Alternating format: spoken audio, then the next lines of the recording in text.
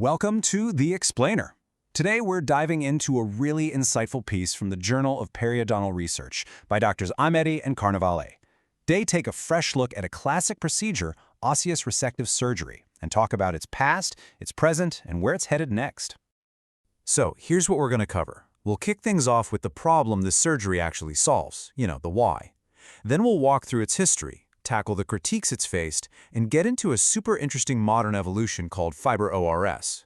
And of course, we'll wrap up with what this all means for you in the clinic. All right, let's jump right in. We're starting with a scenario that, let's be honest, every single one of us has seen in the chair. So you've done your non-surgical therapy, but you're still left with these stubborn pockets. You know the ones. They're just sitting there, a constant risk for disease progression. And as the article really highlights, these are the exact spots where we often need to think about a surgical approach to get things truly stable for the long haul. And that's where Osseous Resective Surgery, or ORS, enters the picture. But here's the cool thing the article proposes. Stop thinking of it as just cutting away pockets. It's so much more than that. They call it an architectural reset. I love that phrase. The whole point is to reshape the anatomy so it's not just healthy now, but so it's actually maintainable by the patient and your team. That's the real win. Okay, so this isn't some brand new idea, right? Let's take a quick look at the history, because this technique is built on a really solid foundation of evidence that's been gathered over decades. You can trace the core principles all the way back to Schullager in 1949. Then it really got popular in the 60s. But the real game changers were those big, long-term studies. You had the Michigan group with Knowles, the Nebraska group with Kaldal.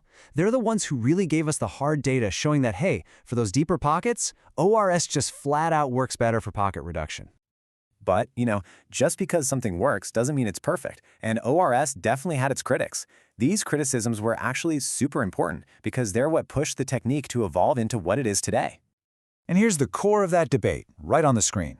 On one hand, you have the traditional concerns, recession, aesthetics, losing attachment, especially as everyone started getting excited about regeneration. But on the other hand, you can't argue with predictable pocket elimination.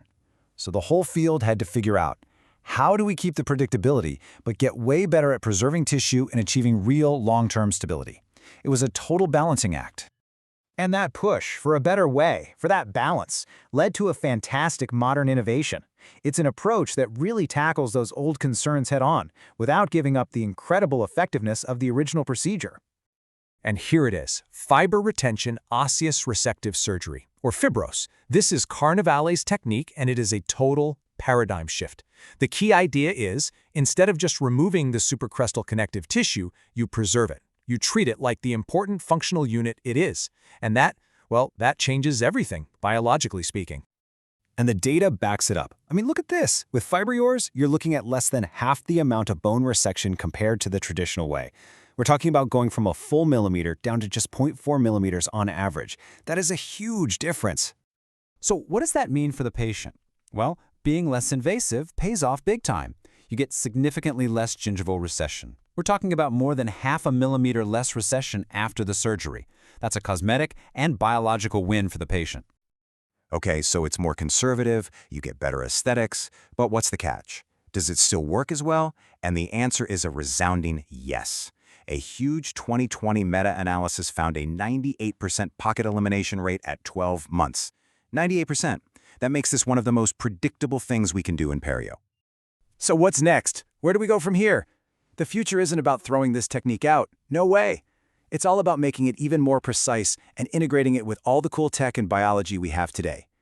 The article paints a really exciting picture. I mean, just think about it. Using 3D imaging for digital planning and guided surgery, using piezo surgery for incredibly precise, minimally invasive bone work, and then layering on things like host modulatory agents to promote healing. It's all about minimizing that biological cost even further and cranking up the predictability.